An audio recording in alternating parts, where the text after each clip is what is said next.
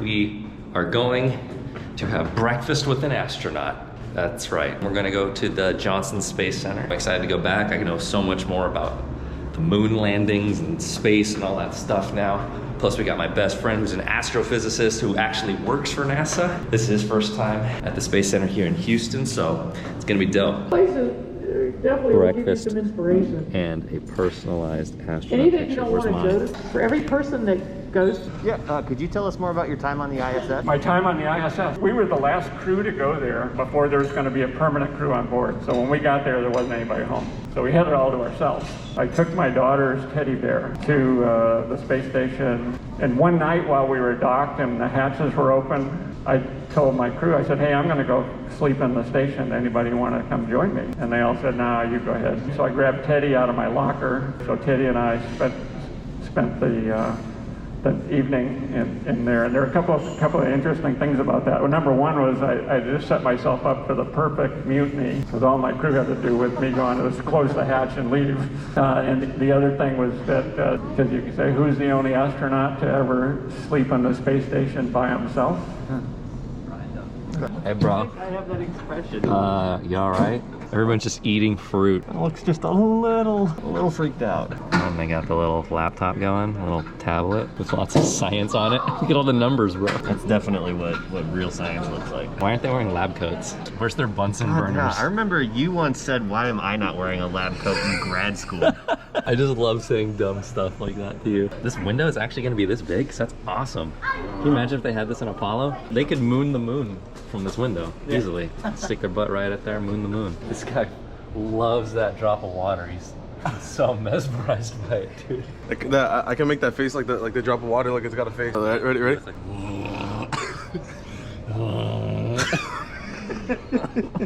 yeah, so we're here at the Johnson Space Center right now. Just all sorts of just space things everywhere right now. It's pretty cool. Just walk around. Let me point out some stuff to you. Mobo's gonna come along with me for this little tour that I'm gonna do. So that's the Rocket Pod 4000, obviously, with the wings that go like this, not like this. Like Did Elon this. steal the idea for the Model X? Yeah, right there. And then there's your lunar lander, your lunar module. You That's see it, the it's giant descent stage right there with the legs, and then the ascent stage is right there. This is the part that stays on the moon. That's the part that blasts off back to the capsule right there, the little triangle guy. Service module, command module. Wait, can we actually hear? I don't know. There's a rope. But it's off. God, dude, this is Texas. You can do whatever you want in Texas. Do it for my vlog. Watch me get my head blown off with a sawed-off shotgun. there's a gun in there. It's just. There's like a ray gun. Dude, that's the original Ford Explorer. Jeez. I didn't go up here last time I was here. Oh, you can't actually get in. Command module right here. Wait, how do I get into this giant refrigerator? Wait, quiet. Oh, barely heard that one. This one's for my man Brian. My boy Brian. My bestie Brian. You didn't even ask him a question, dude. I did. Didn't get it on camera, but I asked him about landing on the moon again, and he was like, we're doing it. Hey, can you climb this like V4? Hold on, let me ask if they got chalk. Bro, my man's going ham on this. Oh, look at him. Oh, not the full extension. Oh, this is where it gets fun, Andy. This is your terrain right here. Fisted this crack, bro? Fisted that crack. Shred it. I wanted to do an ollie. I actually wanted to do an ollie. Bolted to the ground. Oh, I keep farting. Space fart system. I have a very good space fart system in my butt. Right, so this suit was actually on the moon. Pete Conrad, Apollo 12. He was one of the coolest astronauts. He was hilarious. He was just a big goofball who cussed all the time. Definitely one of my favorites. There's moon dust on him. Getting on a tram. We're going to space. Sure is humid in space. No, it's too hot. Get in row D. Oh, we can all get on this one. Never mind, not Pete. Spread. Dude, good man spreading. Look at all this man spreading. We're about to go see the rocket ship that blasted astronauts to the moon. Saturn V. It's in there. It's in there. All right, so this is the Mercury Redstone rocket. Took Alan Shepard, first American ever to go into space, in that little capsule up top, right there. We used to ride these babies for miles. Yeah, lots of miles, all the way up there. Stop touching my rocket. No, I want to touch the rocket. Don't touch my rocket. It's squishy. Red rocket. It's my red rocket. Explain it to me. This was on top of that? No, that's the F1 engine that powered the one we're gonna see in there. Dude, we're gonna walk in and you're gonna see 5 of these things Just like immediately right here. What's the big deal about the Saturn V? It took everyone to the moon. It was the biggest. That's the one that took Apollo 13. It's the biggest, most powerful rocket ever built. This is the one that took Apollo 13. Apollo 13, Apollo 11, Apollo 12. What the There you go.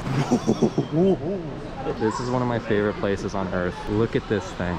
Bro. Look at it. Look at it. Oh my, imagine getting blown by that thing. Set up a hammock between them. Look at it. Look at that, dude. That's so huge. You can't just make a rocket twice as big and it'll be twice as powerful, because then you have more mass and more other stuff to lift up. Yeah. So you make it bigger, but then it's heavier. So then you have to make it even bigger to compensate for that, and even bigger to compensate for that. A rocket like this explodes in size when they design it, because it has to be gigantic in order to overcome the own mass in order to make it bigger and stronger. It's just so much fuel to lift up. You're gonna steal one of these, and we're gonna attach it to your truck. Oh, get that turbo. Frank Borman, Jim Lovell, Bill Anders. I'm not looking at the names. Just make sure you know. Look at Andy with the big brain power. Rusty Schweikert, Dave Scott, Jim McDivitt. I said, how does he know this? He's a virgin. Tom Stafford. You got John Young. And you got Gene Cernan. Hi, Gene. We're gonna come back. We're gonna come back to these. Yeah, they're all Neil Armstrong. We're gonna come back to these guys later because he was the commander of Apollo 16, commander of Apollo 17, but that's way down there. You'll see these guys again. Yeah, I got the next ones, dude. Are you ready for this? Yeah, go ahead. Neil Armstrong. No. Buzz Aldrin. No. Matt Damon. Matt Damon. Yes. No, that's Ryan Gosling. That's Ryan Gosling. Oh, okay. Wait, that's actually... Oh, that is Neil Armstrong. Well, it's Michael Collins, Buzz Aldrin, Neil Armstrong. That's Apollo. Everyone knows that. That's not that impressive. One thing that I noticed last time I was here and I was looking at all these portraits is the arm hair of all these astronauts. You have to have really hairy arms to be an astronaut. Coming up, Apollo 12, my personal favorite. My personal favorite lunar landing. You got Al Bean, you got Dick Gordon, you got Pete Conrad. They're all Navy buddies. They all knew each other. They were like the tightest knit Apollo crew. Got the London look. And he's got the gap tooth. That's the guy whose space suit we saw in there. Guys, is this from everybody pointing out his... Yeah, probably. Some people were like, oh my God, look at it, oh my God. But yeah, that's Apollo 12, that's my favorite one. What about sweater? I need to know what sweater's favorite Apollo is. I don't know. It's like Apollo. Come on, dude. 12 is Andy's personal favorite. I think it goes 12, 16, probably 11, 17, 15, 14. Hey, 13. 13 didn't land, but it's a good movie. It is a good movie. I have a quick question. Where's the whole like Transformers exhibit?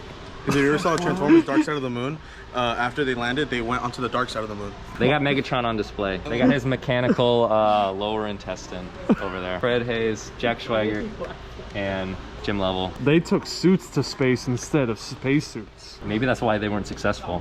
They didn't land on the moon because they forgot their spacesuits. They brought real suits. Yeah, they were like... They stepped out and they're like, oh, we can't breathe. Besides the first stage, obviously, of the Saturn V rocket, second stage, this stage is the coolest one because that's the one that actually like sent them to the moon. They blasted that engine for like a second and it like actually like they broke Earth's gravity and went to the moon. What you're telling me is being a virgin makes you really smart and you know all this? I have had sex with all these astronauts. What this tells you is I read Wikipedia a lot. That's the real scientist right there. Hi, real scientist. All right, this is Apollo 14, my least favorite. Edgar Mitchell, Al Shepard, and Stuart Roosa. He was the first American ever in space. He got to walk on the moon, but then he got grounded because he had some like ear problem, so he couldn't go.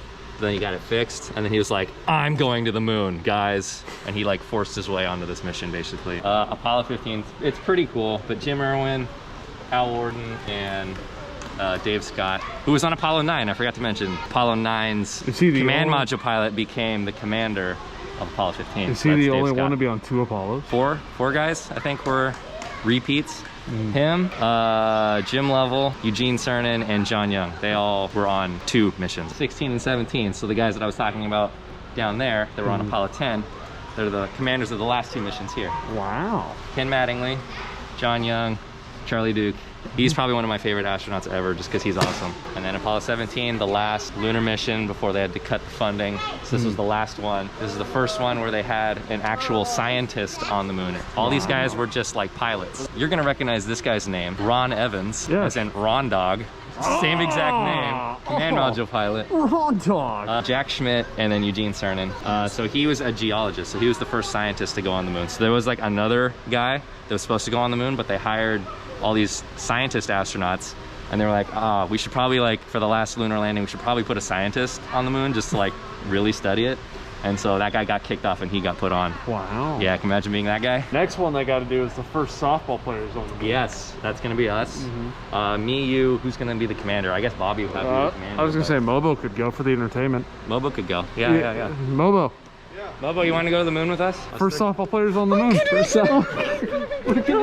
We're gonna rent a U-Haul. We'll come back here later. We'll break in. We'll take this like piece by piece. We'll build it in my backyard. Let's put it together. We'll go to the moon. We'll just start saving gas. Like every time you go to the gas, bring like a 5-gallon container and just fill it up, and we'll slowly just we'll fill these tanks up, and we'll go. I can heist trucks. Let's do it.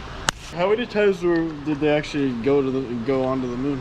They had 6 successful landings. Yeah, 17, 16, 15, 14, 12, and 11. The gravity on the moon is 1/6 of Earth's. So you're telling me I don't need the diet? I can just go to the moon? You can just go to the moon and be like, oh, I'm the skinniest guy here. Yeah.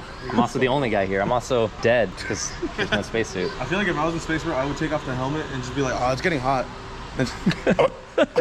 So there you go. That's the moon. Hello there. Dude, if I was one of them, when I died, I'd be like, cut one of these open and encase my body in it. That's how I want to go. I'm into it. I'm into it. Wake up. I just wanted to tell you that I love you.